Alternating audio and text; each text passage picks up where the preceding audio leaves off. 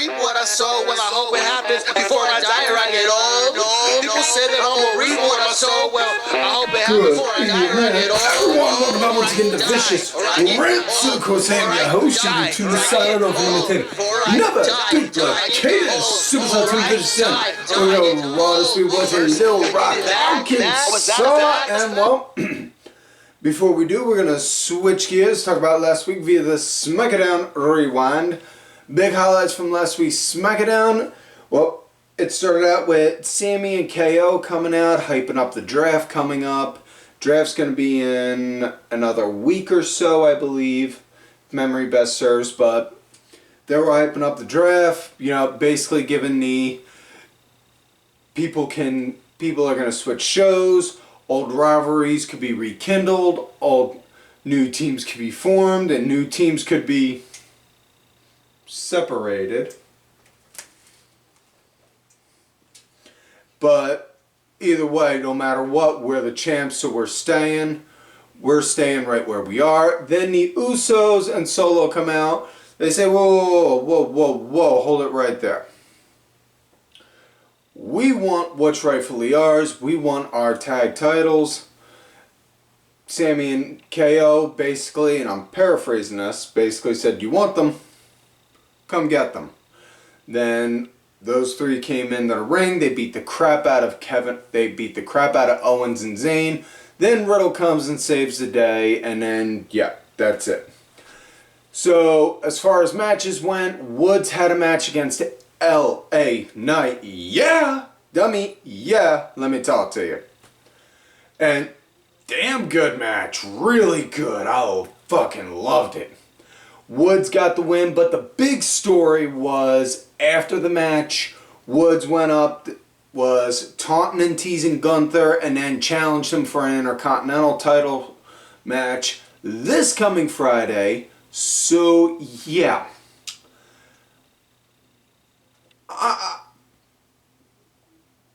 I'm giving my thoughts and prayers now to Xavier Woods because I'm afraid Gunther's going to chop his soul right out of his body. That's all I can really say on that. Damian Priest had a match against Santos Escobar.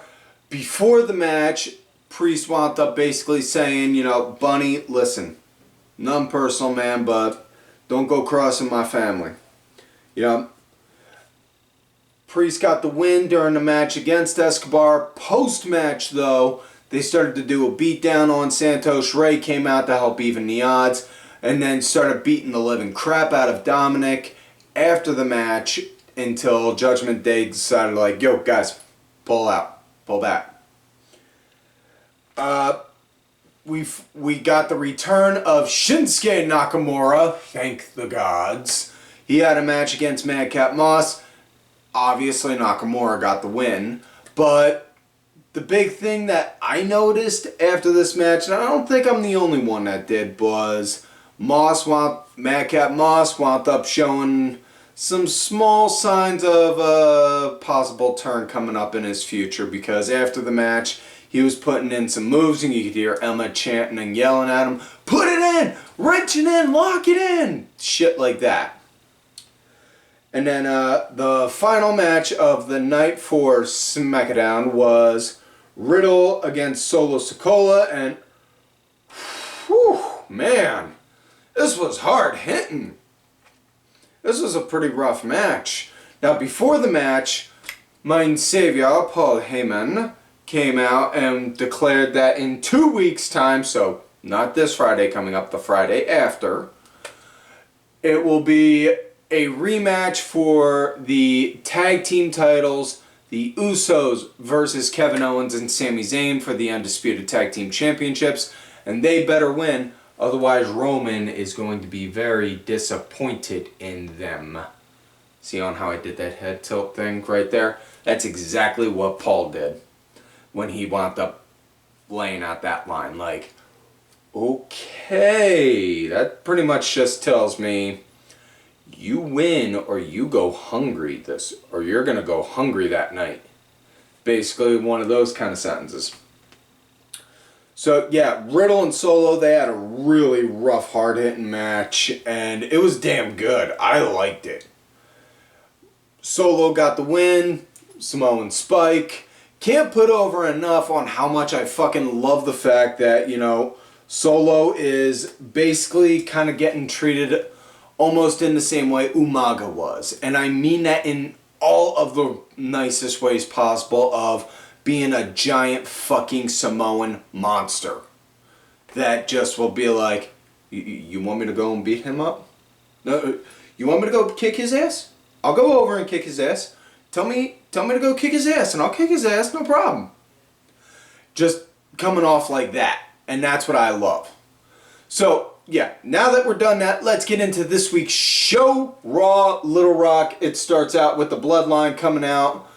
They acknowledge Little Rock, Arkansas, the Bloodline's in your city, this, that, and the other. And then, out come the Judgment Day. And Usos are just standing there like, what the fuck? So then we see both sides squaring off at each other, and you could see the lightning shooting back and forth between Rhea and Solo. And while the talking is going on, at one point Paul is just looking like, Jay, can you switch with Solo, please? And has them move, and where Solo is, and instead of being in front of Rhea then just goes and moves in front, back to get back in front of Solo, and then you just hear the crowd go on that like, fuck. Now listen, I like intergender wrestling. I got zero problem with it, but as far as putting it on a national television level, that just sends a bad image for the show and the companies, because just from a sales advertising standpoint is what I'm getting at. But man, oh man, if they fucking did, that would be one to watch. But either way, then you hear the crowd yelling on that, and then Paul's like, do we have a problem here? No. Okay. So, as far as the delegation and the talking that went on, Paul Heyman wound up saying that, basically put it down, saying it's almost like two mafia families meeting to unite again, taking care of each other's issues. Almost in a strangers on a train kind of problem. You take care of mine, I take care of yours. Jay at one point just on the mic like, oh gee, we didn't know. We never got a call, never got a text. What's up with this? Saying Roman insisted that this be handled privately. That these delegations be handled privately until we are fully set up. And then they said that basically what Judgment Day wanted was Rey Mysterio taken care of, and in return, the Judgment Day would take care of Kevin Owens, Sami Zayn, and Matt Riddle prior to a trios tag match that they have coming up at Backlash in Puerto Rico. So yeah, now we get to our first match of the night. Solo Sikoa versus Rey Mysterio. This was a good match. Solo, he was leading at the start. Rey started picking up some... Rey started to pick up some... little bit of a comeback post-break. Very much so in a Rey being the biggest little man out there in the business kind of match. And I am not saying that in a despairing way. It's just... I fucking love Rey. I do. I love Rey. It just, you know, it is what it is. Just like, you know, much as I love Triple H. At the end, Triple H hits the pedigree because Triple H, he's Triple H. That's it. Yeah. So, good match. Really liked it. Solo wound up getting the win. He hit the Samoan Spike on Rey. Afterwards, it was a post-match beatdown on the Rey and the LWO who came out to try and help him. And yeah, it was just, they got pretty much tossed to the side like lamb. They got, easy for me to say. Fuck! Got my shit fucked up. they pretty much got treated like lambs to the slaughter. Now with that said, next matchup was Bianca Belair. Whew. Bianca Belair against Dakota Kai. Needed my heart pills for this one. Definitely needed some heart pills for this one. Good back and forth going on in this match. Kai wound up Dakota. She was leading into the break. Post break, Bianca, she was leading. Nice flow, nice way. It had a nice flow to it. Match came to an end when Dakota, she went to go do one of those running kicks of hers into the corner. Missed the target. Bianca got out the way, so she missed the target. Then Bianca scooped her up, hit the KOD 1, 2, 3. And yeah. So obviously Bianca was going to get the win on that because she's got a match coming up with Io, so she needs to look good. But again, you're looking at story-wise, this is a small part building to the bigger story of Io. So yeah.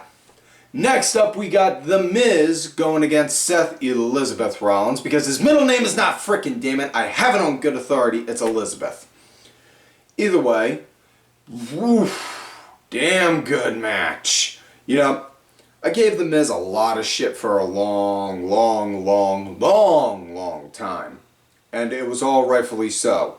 And I will say this. Ever since he did that Talking Smack promo on Bryan Danielson, formerly known as Daniel Bryan, when Miz was Intercontinental Champ, ever since he went off on Bryan Danielson on Talking Smack, man, he changed it. It's like he switched gears and has been operating at that cylinder and that level. And not only that, man, can we really get mad at the guy? Because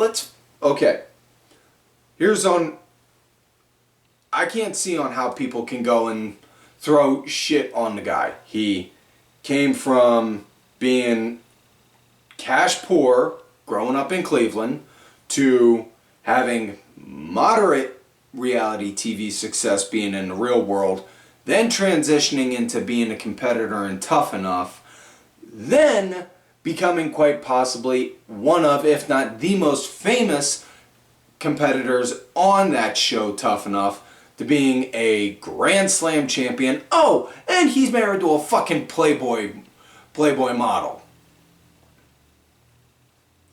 How the fuck can you argue against on how damn good that guy is? On how that guy Miz just threw that shot and it just went up in the air and it hit better than perfect. Yeah.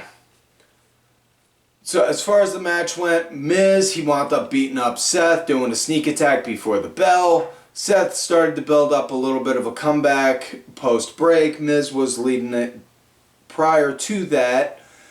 Really good, solid action. Both guys were going on both guys were hitting on high cylinders. I thought it was a good match.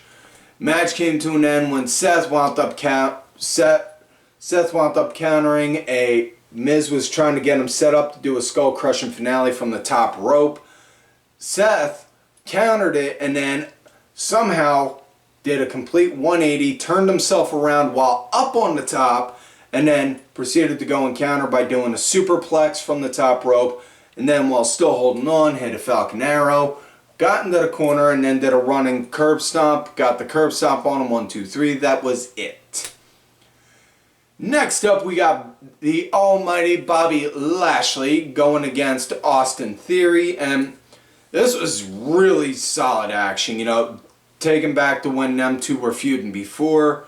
Lashley, he was leading the pace of the match, and I'll say this, you go back and you watch it, Theory, he kind of stepped it up a little bit, like you could notice it a little bit, like he was going at, trying to think, best way to describe it.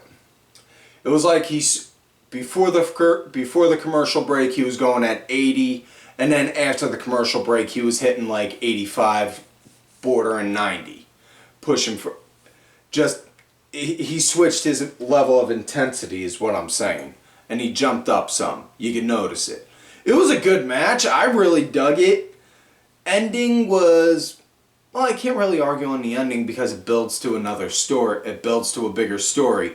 What it was, Lashley had the full Nelson hurt lock in, had it really good wrenched in on Theory, and then out of nowhere, Bronson Reed came out, boom, attacked Bobby, and then them two started brawling some, then they separated, and then just as Bobby, it looked like he was about to get the full Nelson lock on Bronson, Theory then out of nowhere, boom, surprise drop kick onto the back of Lashley's head, and then he just kind of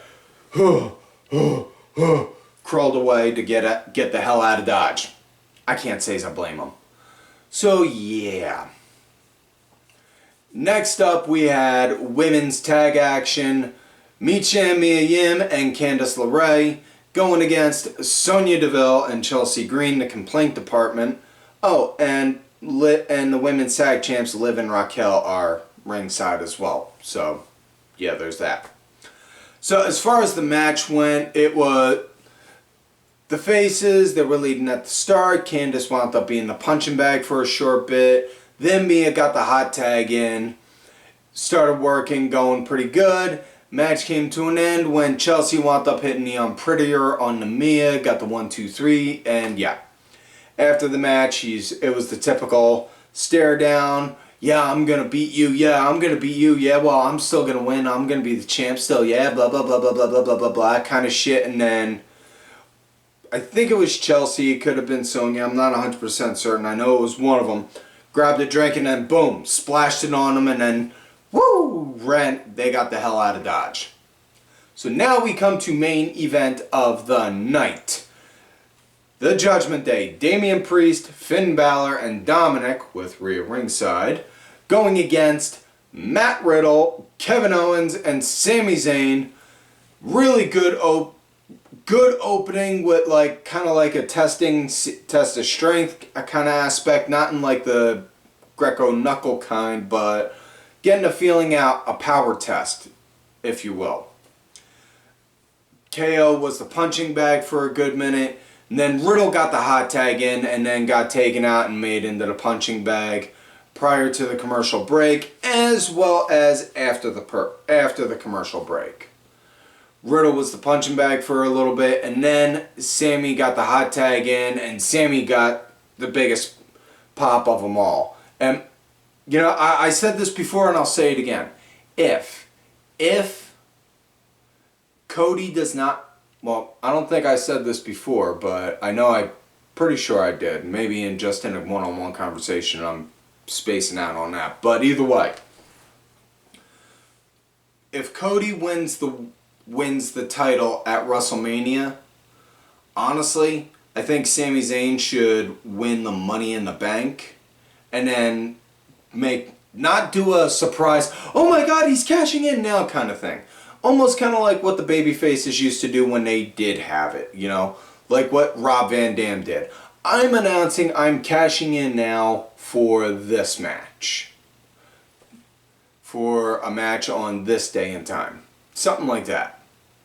That's just me personally. But, like I said, Sami, he got the hot tag in. Working good, really good. I dug the hell out of this match.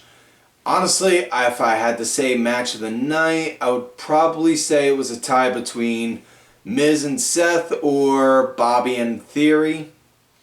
But this is a damn good match. It came to an end when excuse me, Finn Balor wound up getting hit with a stunner, then a haluva kick, and then Riddle doing a floating bro onto him, 1, 2, 3. After the match, the Usos then came down to start beating the hell out of them because Judgment Day failed to deliver on their job. Then the LWO came out to help even up the odds, and then they started taking out Judgment Day, as well as swinging at basically swinging at anyone that wasn't a babyface. So yeah, that was damn good. I thought it was clever, you know, and it's a nice little way to help plant a little side story for if and when the Usos, Kevin Owens, Sami Zayn story eventually finishes up, then they can say, you know what? Them LWO motherfuckers, they gave us some shit before. Let's go kick their ass. Something like that. So, Either way, that is it for this week's show, folks. So please, don't forget to like the video, subscribe to the channel, go back and watch some of the episodes when you can. Look for me on Twitter at TimVicious. Thank you to my executive producer, LeRae, who did provide the music for this week's show. Make sure y'all check it out. It's on iTunes, Spotify, YouTube, SoundCloud. All that good shit, details are down below. Also, thank you to LFC Lingerie Fighting Championship. They're a little bit of wrestling, a little bit of MMA, and a whole lot of attractive women wearing a little bit of nothing. Also, folks, don't forget to check out what the new guy Netflix and Vicious Rants Apparel. Help support the show. The warm season is upon us. The Vicious Studios could really use an air conditioner, so please help support the show. Buy a t-shirt, buy a tank top. If you know somebody that had a kid, buy them a onesie off of there. Help the Vicious Studios get an AC. And folks, well, like I always tell y'all, if you love me, great. You hate me.